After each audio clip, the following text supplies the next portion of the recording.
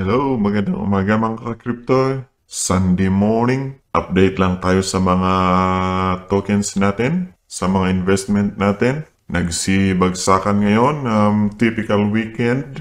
Maraming nagpapanik siguro, nakitang nagbabagsakan nagmamadalian na magsibenta. It's not bad. Pero sabi ko nga noon, always take off capital. At kung pataas pa ng pataas, take some profit along the way para meron kayong pambili pag ganitong nagsisibagsakan. Do we think it's going to go back up? I think this is just a small correction. Siyempre, pataas tayo ng pataas the past few days. At yeah, it needs to settle down and hopefully it will just keep coming up. Tingnan natin ang mga coins na tinitingnan natin. Goose Finance is already down 55%.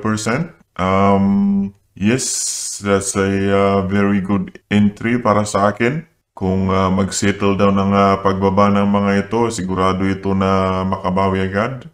It's a very good project naman. Maganda ang staking system nila at saka very active ang team members. So definitely I buy for me.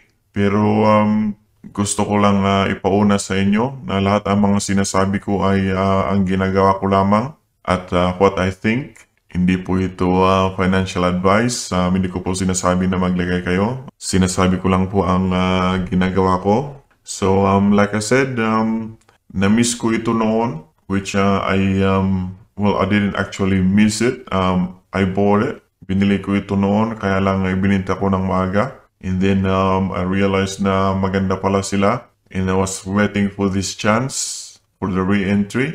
So I am putting in. Baka babagsak pa ito. What's today? Sunday. Pero Saturday night ngayon sa US. So maybe until tonight, maybe tuloy-tuloy ito na pababa. And then eventually it will come up again hopefully on Monday. At saka itong BSCX natin, nasa 32% down already. I'll wait. Maybe it will go down a little bit more. At meron akong isang nakita na nagustuhan ko din. It's still new. It's the bought through shares. Noon ko pa ito naririnig, itong Bolt dollar na ito. Current price is $56. Ito ang Bolt shares. Ito ang mas maganda na kunin kasi ito ang mas madaling tataas. Kasi ang maximum supply niya is 179,000 or 180,000. Yan ang maximum supply niya. Kumpara dito sa Bolt dollar nila, which is pegged to $1.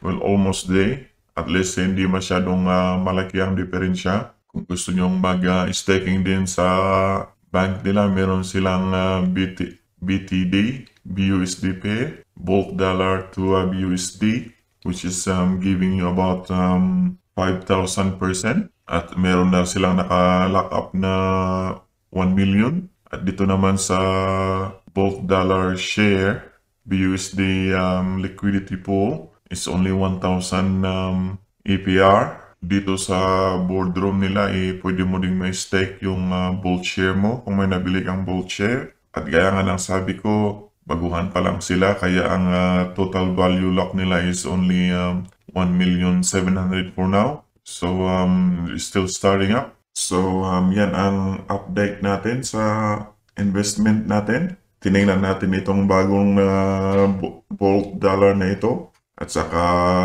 ang pinakamaganda sa mga investment natin na gaya nitong Goose Finance ay kung na-invest ka dito tapos bumagsak pa ang presyo, at least may incentive ka na mag-hold kasi nag-earn ka naman ng egg. At least habang mababa pa, you still accumulating. Yan ang pinakamaganda ng mga ito. At syempre, mas lalo pa kung nandito ka sa PancakeSwap na ito. Kaya nasabi ko na mas maganda kung andito ka pa sa PancakeSwap kasi ito yung pinakauna at saka sigurado natin na ito ang magtatagal.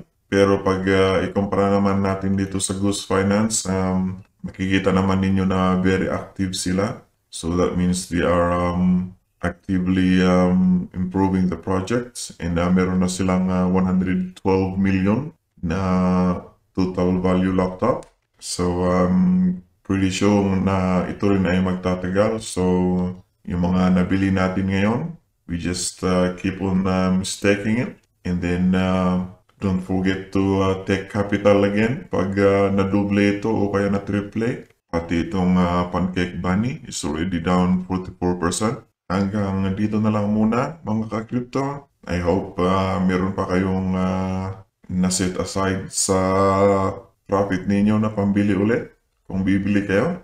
Ito po si Pinoy Crypto. Until next time.